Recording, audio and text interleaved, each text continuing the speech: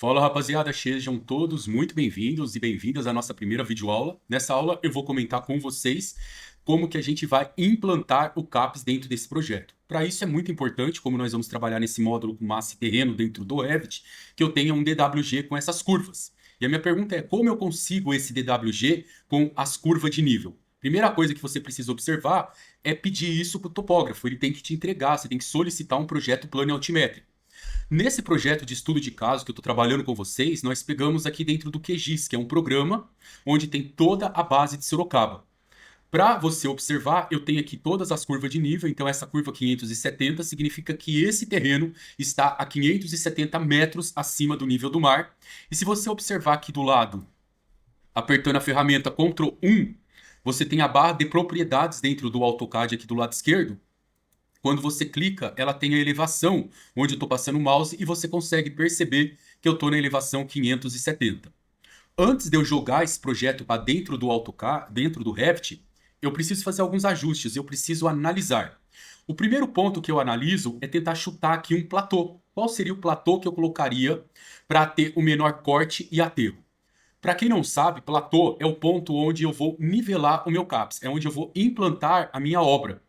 E muitas vezes, para eu implantar minha obra em um determinado ponto, eu tenho terra acima ou eu vou ter que tirar terra. Quando eu tenho que fazer um corte nessa terra para implantar esse ponto, eu chamo isso de corte. A outra parte que não tem nada, que eu tenho que preencher com terra, eu chamo de aterro. Isso é corte, isso é aterro. E um bom projeto, ele tenta fazer com que o valor do corte se aproxime muito do valor do aterro para que eu possa utilizar essa terra que eu cortei no preenchimento do que falta. Porque se um ficar muito distante do outro, eu vou ter um gasto com transporte, um gasto com bota fora. Isso não é muito legal para o nosso projeto. Só que eu também não posso levar somente isso em consideração. É muito importante que eu lembre que, quando uma obra vai ser instalada, eu tenho que ir em loco, eu tenho que verificar onde está a rede de esgoto, onde está a nossa rede pluvial. E muitas vezes, se eu faço um platô, se eu coloco um ponto de implantação muito abaixo, para levar isso para a rua, eu vou gastar com bombeamento. E se eu coloco ele muito acima ou um pouco acima, isso já se torna um pouco mais fácil, porque a nossa água, tanto pluvial quanto rede de esgoto, ela desce por gravidade e isso economiza também. Então não é um único fator que eu lembro e eu uso para a questão da estrutura. Outro ponto que eu vou discutir durante o projeto com vocês, quando eu jogar isso para dentro do Revit, eu vou considerar essa curva aqui, 570 como nosso ponto zero, como se eu fosse implantar o CAPS nesse ponto do 570. Então, tudo que estiver acima do 570 vai ser como se fosse 01, 02, 03. Então, isso aqui, ó, é como se fosse o zero meu. E aí, os outros pontos aqui, ele viraria como cota 01, 2. Aqui eu vou colocar 3. Só para facilitar essas curvas de níveis lá dentro do nosso programa. E aqui como 4. E tudo abaixo do 570 eu vou colocar como negativo. Então, menos 1. Esse ponto aqui, por exemplo, que é onde está o contorno do nosso terreno, eu vou chamar ele de menos 2, certo? Então eu fiz essas pequenas mudanças aqui. E você pode verificar que eu só troquei um número, tá? Mas aqui ela continua sendo uma curva de nível. Se eu clicar aqui do lado, na nossa barra de propriedades aqui dentro do próprio AutoCAD, ela continua na curva 570. Se eu clico aqui nesse menos 1, ela continua na curva aqui do lado, 569. Beleza? O estacionamento aqui também, ó, ele está bem mais alto. Lá dentro do Revit a gente vai discutir algumas soluções para colocar. E conforme eu for trabalhando com massa e terreno, eu vou descobrindo qual é o melhor platô para a gente estar trabalhando. Então, pessoal, vamos lá comigo, vamos começar, vamos colocar a mão na massa e vamos para o Revit aqui. Quando eu abro o Revit, a primeira coisa que eu faço é clicar aqui em novo. Depois que abre novo, lembrando para vocês que modelo de construção, até onde está escrito modelo hidráulico, são modelos que já vêm próprio da Autodesk. E nós já conversamos em aulas anteriores que esses modelos são modelos mais simples, tá? Mas a gente pode e deve criar o nosso próprio template para facilitar o trabalho. Eu tenho esse aqui, que é o template leve e básico, que eu estou deixando aí na videoaula para vocês, para que a gente possa usar ele como modelo, que ele já tem um pouco mais de informações.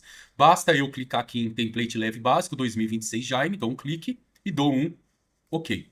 Vai abrir o nosso primeiro projeto. Esse projeto ele já está configurado. Eu estou na nível leste. E vamos começar agora a aprender algumas ferramentas. Aqui dentro, o primeiro passo que eu faço é vir aqui nesse navegador de projetos, tá? Clico com o botão direito, coloco retrair tudo para que essas informações fiquem um pouco mais limpas. Venho em vista e agora gravo aqui, ó, planta de piso. A gente sempre começa pelo terreno. É o primeiro ponto que eu trabalho para trazer o meu DWG, é o terreno. Eu tenho aqui térreo, terreno e cobertura. Dou 2 cliques aqui em terreno, ele veio aqui e eu tenho esse nosso ponto, que é um ponto base, onde eu vou trazer o meu projeto para começar. É como se fosse um ponto de origem dele, tá? Então eu venho para inserir o meu DWG para cá, é muito simples. Vai buscando pela palavra. Eu quero trazer o DWG, eu quero inserir.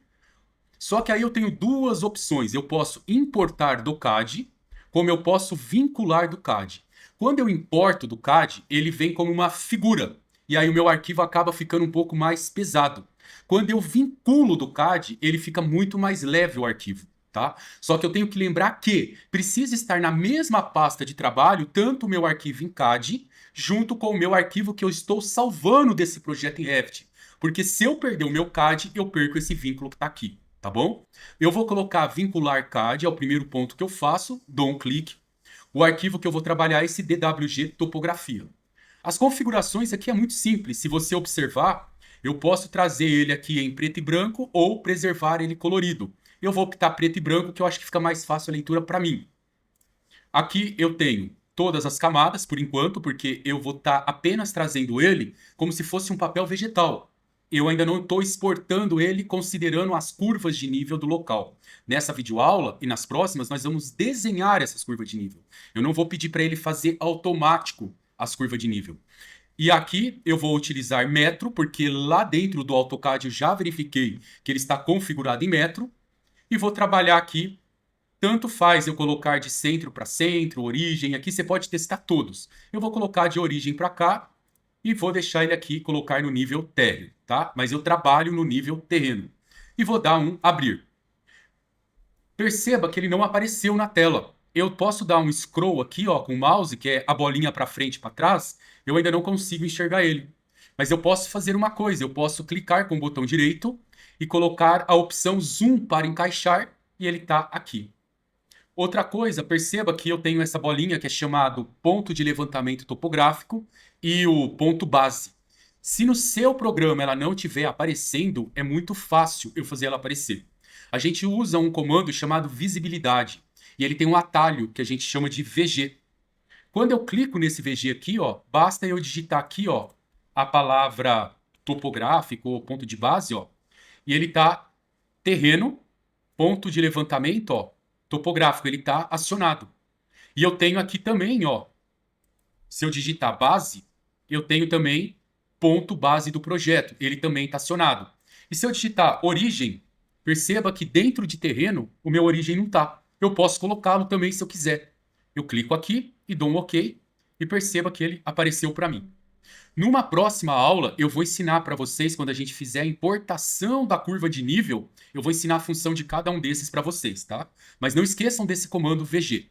Então, novamente, botão direito, zoom para encaixar, pego aqui, observe que se eu tentar arrastar, eu não consigo, porque ele está travado. Então, quando eu clico nele, aqui em cima eu tenho essa opção, ó, basta eu clicar nela, ela vai dar esse símbolo aqui do PN, que é um símbolozinho de destravado, e agora eu consigo arrastar ela para onde eu quiser, ó. Então, novamente, zoom para encaixar, para que eu tenha uma amplitude da tela. Destravado, eu arrasto ele para cá, ó, mais perto. Chego mais perto ainda, seleciono o meu objeto, uso o comando mver de mover. Se eu não quiser usar o mv, eu posso vir aqui, ó, mover, ele traz para você. Pego o ponto base de implantação do CAPS e arrasto ele para cá, ó. E coloco toda a minha edificação exatamente nesse ponto. Então é nesse ponto que tudo vai começar a dar vida, a funcionar. Porém, também é muito importante que, antes de você começar a desenhar o terreno e as curvas de nível, você trave ele de novo para que ele fique fixado na folha.